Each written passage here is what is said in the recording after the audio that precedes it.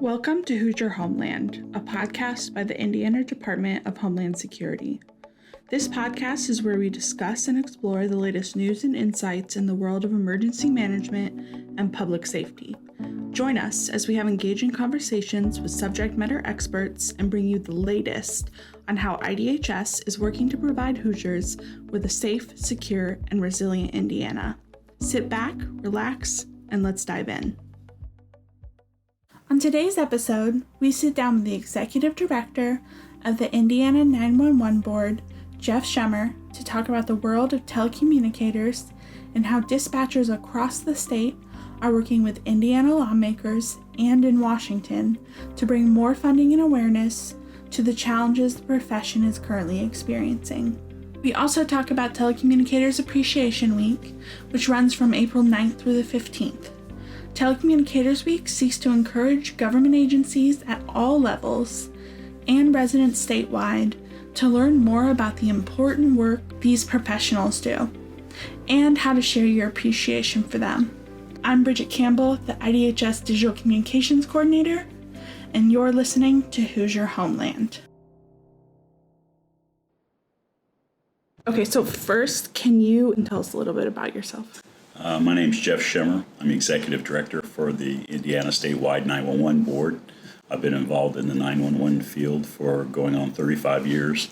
Started out as a frontline dispatcher and worked my way up to my current position. Can you describe the role of the Indiana 911 Board and how it supports emergency response efforts in the state? I can. Our biggest role is providing the networking for the 911 call delivery. We also are responsible for collecting and distributing fees to the counties to help them operate. So when you look at your phone bill and you see that $1 911 charge, that comes to our office. And then part of it actually pays for the operational cost of the board itself. We're a fairly small entity. We only have 3 employees. But then the rest of that money every year, what we have at the end of our budget, we return it back to the counties to provide them funding to the amount of roughly $60 million a year. Wow, okay. So without that, a lot of the, you'll hear me use the term PSAP, but it's Public Safety Answering Points, what it stands for. That's funding that otherwise they wouldn't have. And it cost all the PSAPs in the state of Indiana about I think last year's report was about $230 million a year to run. So you have a lot of experience in this field.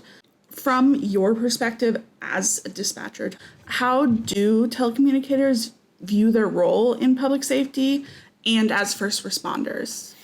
I think they've always felt that they were very important and played a vital role as far as public safety goes in the response. I think it's just that it's starting to catch on with other people because you're starting to hear about us more and more on the airwaves and such. We are truly the very first person in that communications for dispatching public safety agencies. So when we always say nobody calls us because they're having a good day. We usually get the raw emotions from an individual when they're calling in. So we are literally talking to them at their worst time. So it was really nice that last year that the state pushed legislation through to recognize public safety telecommunicators as first responders, which was very nice, and we greatly appreciate that on behalf of the state. The one area that we're having difficulty now is getting the federal government to see it the same way. Because that really has more of an impact on the position itself. Yeah. It would put us under what they call the protective class, which would classify us with police and fire. And that would allow us some flexibility in some of the rules that we have to follow now due to federal labor standards and things like that. So that's one of the reasons why we're kind of pushing through that. I was recently in Washington, D.C. with a couple of our PSAP directors from Indiana, talking to a lot of our elected officials, trying to get their support to go through and push that through to where we would be recognized as first responders. One of the biggest things I think that's affected all of emergency response has been COVID. How has the pandemic impacted emergency response operations in the state? What has been the approach to ensuring that emergency response systems stay resilient and they don't have disruptions?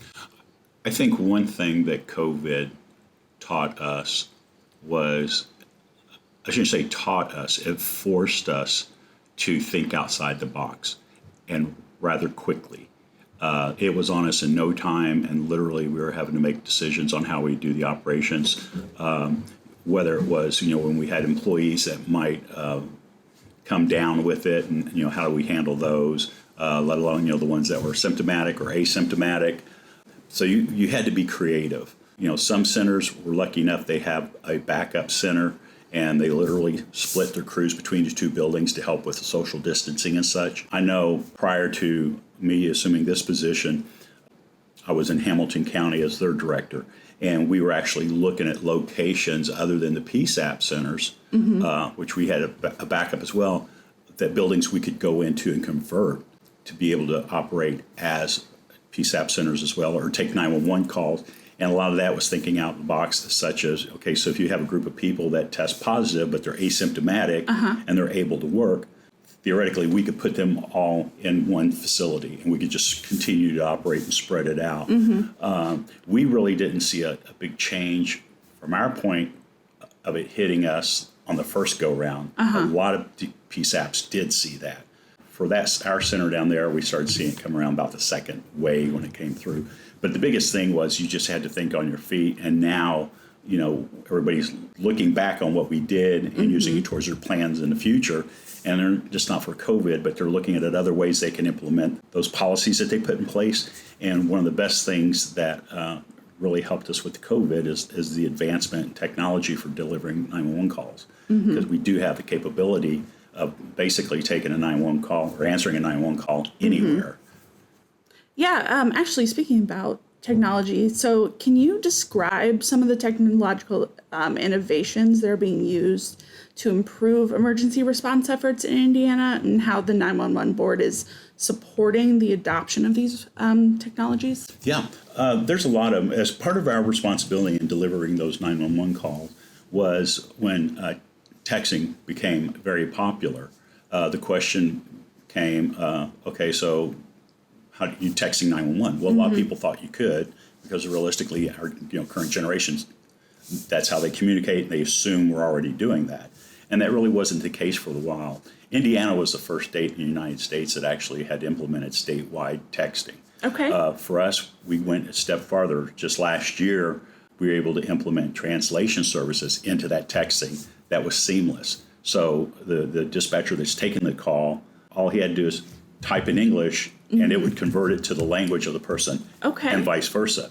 So that's one of the areas that helps us out a lot. And then, we have the backup system for what we call Mevo phones. So if our main systems go down, we provide the technology to all of our PSAPs to have a backup phone system in place. And we have found those phones have really come in handy for a lot of other things. So, like EMA, some of them are using them, we call them crash kits, to be able to work outside their centers if they're working a large event and such. We, look at the grand scale. The big thing is how do we improve what we do from the 911 standpoint in the state. Indiana's recognized as one of the leaders in 911.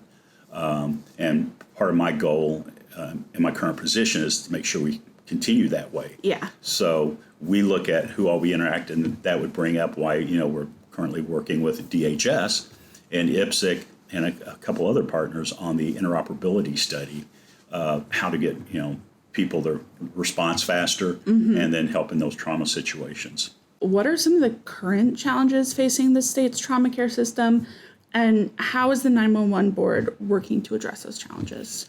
So during last year's legislative session, a bill was passed for a group of stakeholders to look into it and see look at the feasibility of it. We had ourselves, the Department of Homeland Security, the Indiana Public Safety Commission, who handles the radio systems for the state system, and partners from the health community as well, to kind of look at the big picture of how we could use interoperability to solve some of the emergency response areas for fire and EMS. And then it would also tie into the trauma network, which is determining who needs to go to which trauma center and the closest one in the fastest way possible. So from the trauma standpoint, if we can get somebody to the scene faster, that means we're getting them to the trauma center faster, which means the outcome is a lot better. So with that bill passed through, legislation was pushed through this year, And this one is a formal one to where we're actually putting together a team.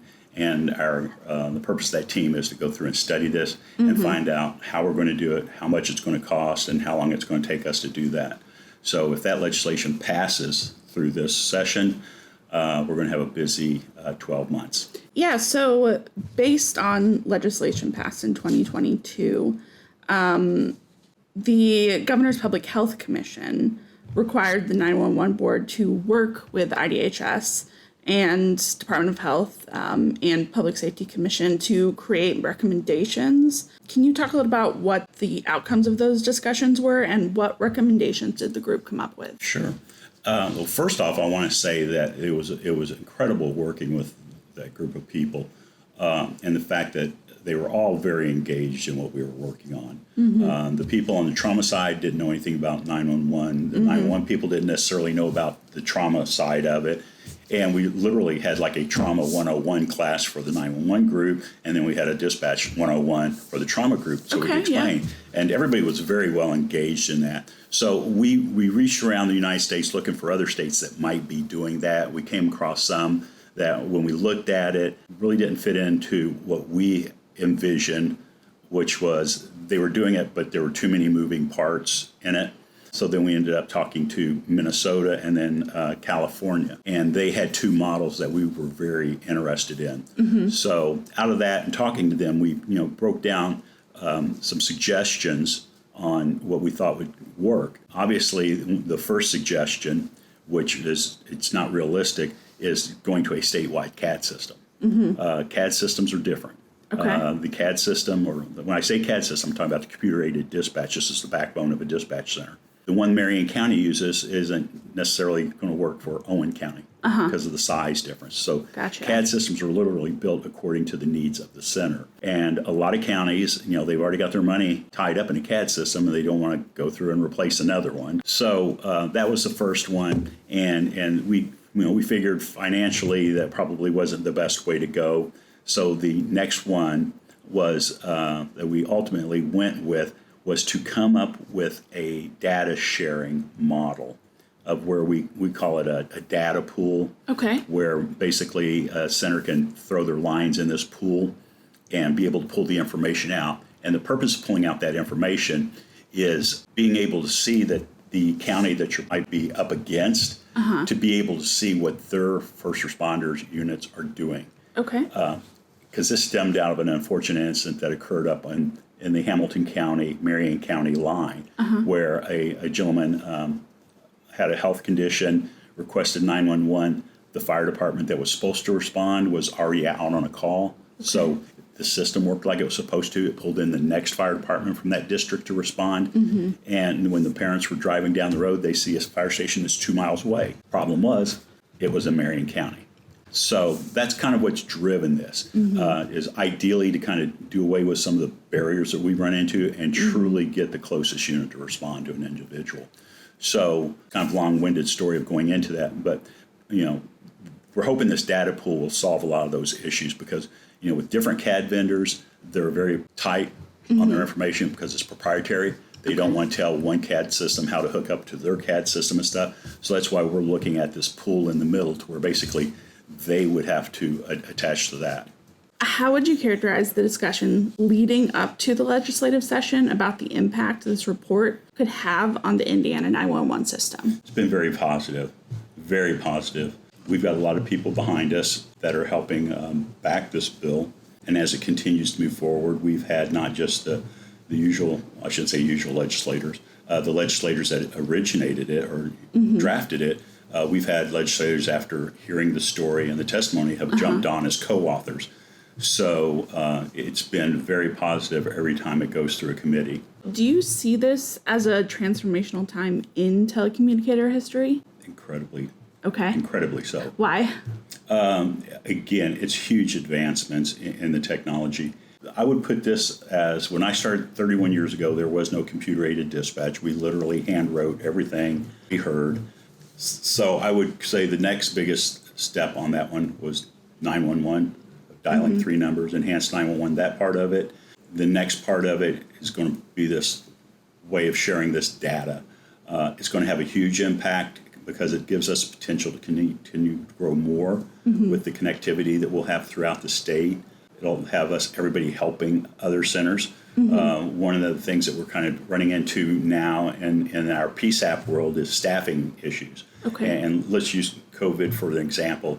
If somebody's sick and a center's staffing shortage because of that, or in our case, it's just getting qualified dispatchers to work, there are now centers talking about how they can team up together over county lines to help each other dispatch those calls. Now, some of them, they have the same CAD system, so it would be very easy for them to do it. And the phone part of it's fairly easy for us to work that part of it out, but some of them don't. So if we can get this implemented, that would allow for that as well. It would be a huge step forward.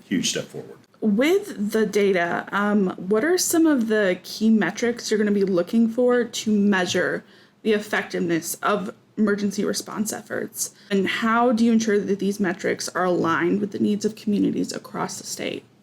One of the things that we're going to be working on as part of this program when we started is an educational component with the PSAPs to explain to them exactly what we're trying to accomplish.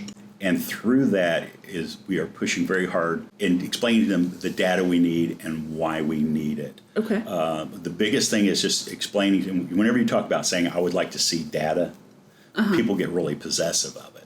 What are you going to do with it? Yeah. And so a lot of it's the educational side of us explaining exactly why we need it and what we're trying to accomplish. So we're spending a lot of time reaching out. We have a director summit coming up next month. We've got our consultants that are working on this project. They're going to do a presentation. We're going to have representatives from all over the state of Indiana for that meeting, and they'll present their side of it. And then we're going to be doing a series of regional meetings as well, where we'll be talking to a lot of the new dispatch directors that may not be familiar with what all we're trying to do to inform them as well. And, the big thing is it's a two-way street. Yeah. We want to hear their concerns as well. So this podcast is going to come out hopefully during Telecommunicators Week. Can you share your thoughts on the important work that 911 operators do? Do not sell yourself short for what you do. If you had asked me 35 years ago where I would be today, I would not have said I'd still be in 911. I truly love it. I've got to know some great people as a result of it, but they do make a difference. We don't always, and I should say we because I no longer do it, but telecommunicators don't have the luxury of always knowing the outcome of what they did. Yeah. Because they turn around and they take the next call. So they don't know if what they did on the phone may have made a difference, whether it's providing CPR or what. They just go on to the next one. And the job that they do is very, very, it's vital. Yes. And while I sit there and say, Indiana recognizes them as first responders, and we're waiting for the feds to do it, even before Indiana did it, the police and fire agencies throughout the state and EMS people as well felt they were first responders and they should have been classified the same way. They do an incredible job. Keep what you're doing. It gets rough at times, but there's the resources that are out there to help people deal with that. Again, that's where a lot of the centers team up to help each other. I would suggest, take as much training as you can get into just to learn. And not so much just learning the class, but to talk to other dispatchers throughout the state to see that they're dealing with some of the same situations that you are. And, you pick up things that, one thing you're going to be handling a call, and then all of a sudden, boom, something that you talked to somebody else somewhere popped in your head that you had never thought about using before. And you'd be able to use that potentially in that call. But they are very, very important. I've talked to fire chiefs that say everything to make a call go right begins with the 911 call. So if that 911 call goes right, there's a really good chance that the rest of the call is going to go that way as well. Okay, yeah, with this job sometimes being really intense, can you discuss any efforts to improve mental health support for emergency responders in Indiana? And how is the 911 board working to address these important issues? The 911 board, we're kind of restricted on what we can, what our responsibilities are being a quasi agency for the state. We host training for people or for agencies that request it. A lot of the agencies that's being handled on a local level, we kind of, I want to say hands off, But from the state standpoint, usually if a local agency hears a state saying, oh, we're doing this, they take it, oh, so you're making me do it. Gotcha. And Indiana's kind of a home rule state. We encourage it. Within the centers themselves, a lot of the centers are reaching out with local mental health professionals to find ways to work with their dispatchers. Some of the dispatchers, their police and fire agency already have, CIT teams or critical response teams, and they're utilizing them. So those agencies have adopted the dispatch centers if they don't have the resources to do it themselves. And that's one of the things that we kind of encourage along the way. We also help facilitate a lot of information exchange. So somebody will hit us up and say, hey, is anybody doing this? And we connect them to that.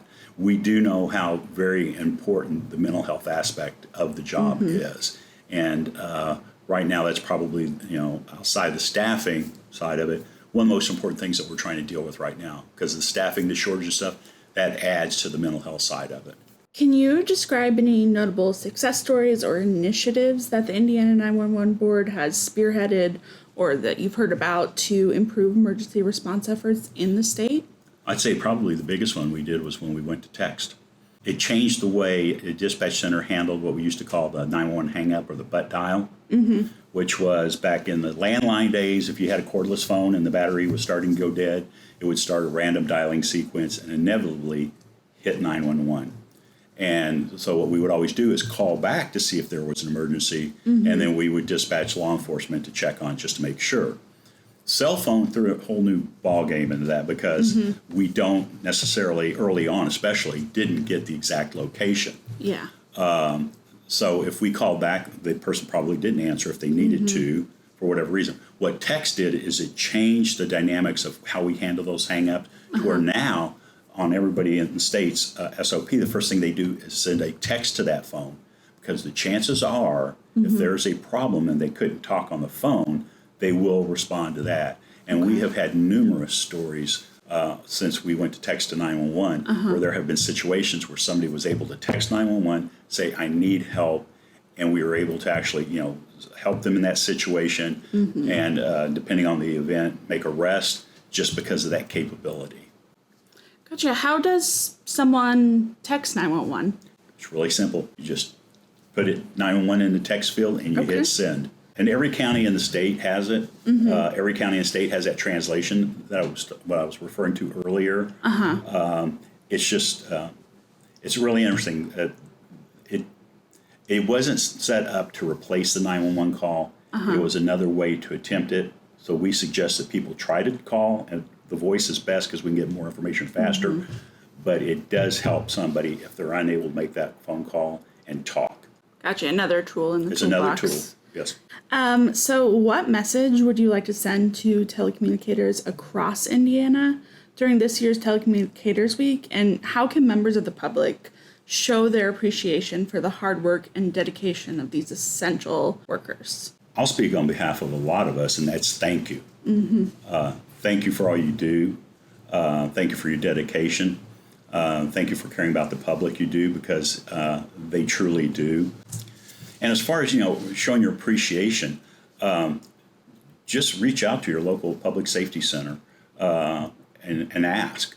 I can tell you there are centers in this state that during that week they are fed rather well by either the agencies they serve or the public. In some places, the public already recognize them. That's one thing with the 911 centers now. They're starting to have a more of a visible presence through social media and stuff. For us, at every board meeting we have, which is 4 times a year, we have a section of our board meeting where we recognize dispatchers that have done outstanding things over the year.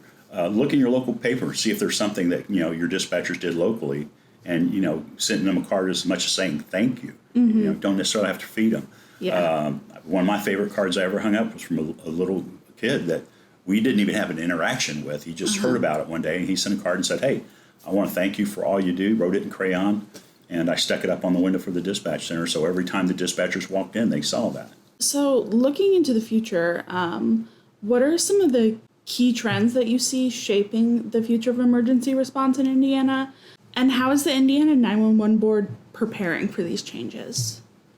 For us, a lot of it goes back to the delivery of the phone call. We are NG 911, next generation 911, which is a word you hear thrown around a lot. From the infrastructure side of it, we're ready to go. Not all the states are in that situation. What would really help on that one, not so much on the state level, but on national level, is there's not funding state or national wide to convert everybody this next gen. So that was one of the other topics that we talked about on the trip to Washington, D.C., was trying to get some funding to do this NG 911 nationwide, because the telephone providers can't turn it on one state at a time. Yeah. They have to turn it across the state, or across the nation. So we want everybody on board with it. But that's part of what we do. We're constantly looking at what the future technology is going to be. We're getting away from the fact that where a cell phone was routed to a 911 center based on which side of the tower it was bouncing off of. Now we're actually able and pushing to do geospatial routing to where if it says it's in a certain county, regardless of where it's hitting on the tower, it will route to the correct PSAP for that county. So that eliminates a lot of the transfers that would normally have to go on. So for rural communities, the issues that first responders are having are often multiplied. What are some of the barriers keeping rural providers and workers from finding these solutions, and how are you guys working to address that? A lot of it's funding.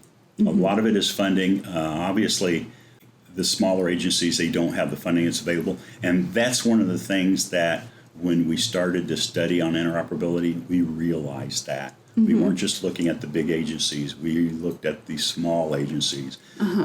We know was a potential for a fiscal impact on them. And part of our study is finding out what it's going to cost and hopefully how we can handle the majority of those costs. Okay. If not all of it would be nice. Gotcha. Is there anything else you would like to add? I just want to thank you for the podcast and, talking to us about Telecommunicator Weeks.